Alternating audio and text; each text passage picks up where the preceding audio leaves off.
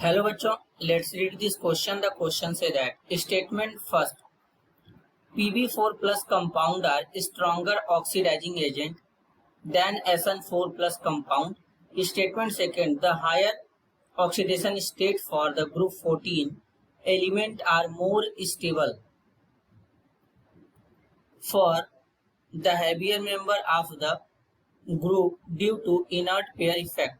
अब इसके रिगार्डिंग बच्चों यहाँ पर 4 स्टेटमेंट गिवन है, इन चारों में से करेक्ट को आइडेंटिफाई करना है। तो सबसे पहले समझेंगे बच्चों की कॉन्सेप्ट। की कॉन्सेप्ट होगा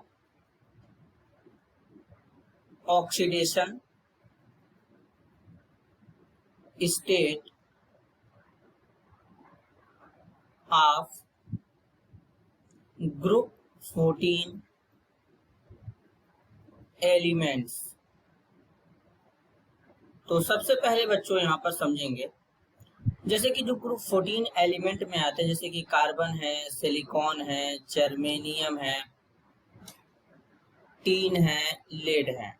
तो इसमें बच्चों कार्बन का एटॉमिक नंबर 6 है, सिलिकॉन का 14 है, जर्मेनियम का है 32, एसएन का है 50 और लेड का है 82 यानी 82 बच्चों। तो अगर हम इनके इलेक्ट्रॉनिक कॉन्फ़िगरेशन की बात करें तो कार्बन का इलेक्ट्रॉनिक कॉन्फ़िगरेशन क्या होगा बच्चों? हीलियम होगा 2s2 2p2। सिलिकॉन का इलेक्ट्रॉनिक कॉन्फ़िगरेशन होगा बच्चों नियॉन 3s2 3p2। जर्मेनियम का होगा बच्चों argon 3d10 4s2 4p2।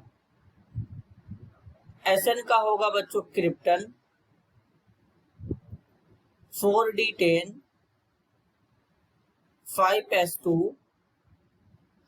5p2। और लेड का होगा बच्चों इलेक्ट्रॉनिक कॉन्फ़िगरेशन, इसका थोड़ा बच्चों इधर लिखेंगे, लेड का इलेक्ट्रॉनिक कॉन्फ़िगरेशन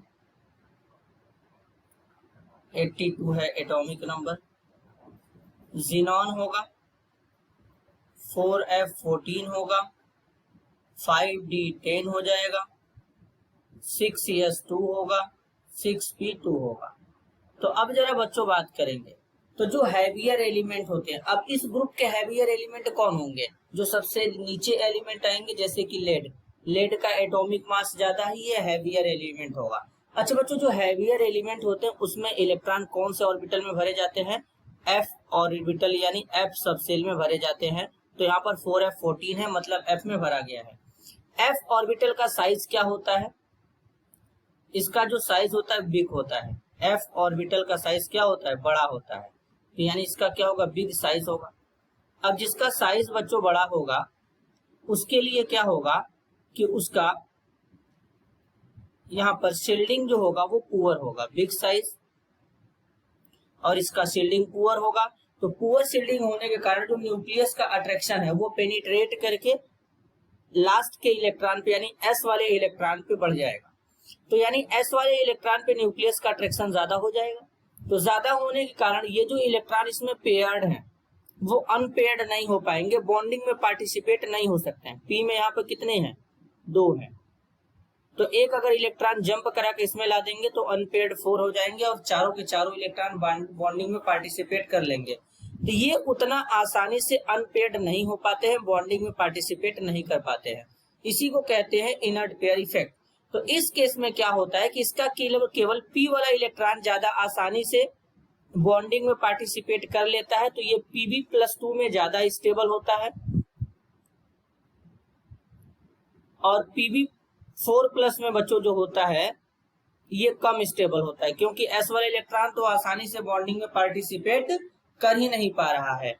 तो इसलिए जो Pb4+ होता है ये स्ट्रॉन्गर ऑक्सीडाइजिंग एजेंट होता है।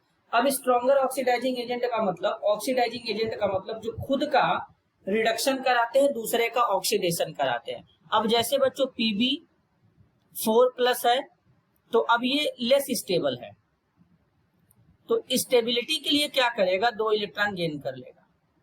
जैसे 2 इलेक्ट्रॉन गेन करेगा Pb+2 में चला जाएगा और ये क्या हो जाएगा? मोर स्टेबल हो जाएगा। तो खुद का क्या कर रहा है, रिडक्शन कर रहा है, तो ये ऑक्सीडाइजिंग एजेंट के जैसा काम करेगा क्योंकि दूसरे का ऑक्सीडेशन कराएगा। जबकि अगर हम अदर एलिमेंट जैसे कि Sn में देखें तो कोई f ऑर्बिटल में इलेक्ट्रॉन फिलअप नहीं हुआ है, तो ये आसानी से s वाला भी इलेक्ट्रॉन बॉन्डिंग में पार्टिसिपेट कर सकता है और Sn4+ बना लेगा जो कि स्टेबल भी होगा। लेकिन लेड के केस में ऐसा नहीं हो पाता है।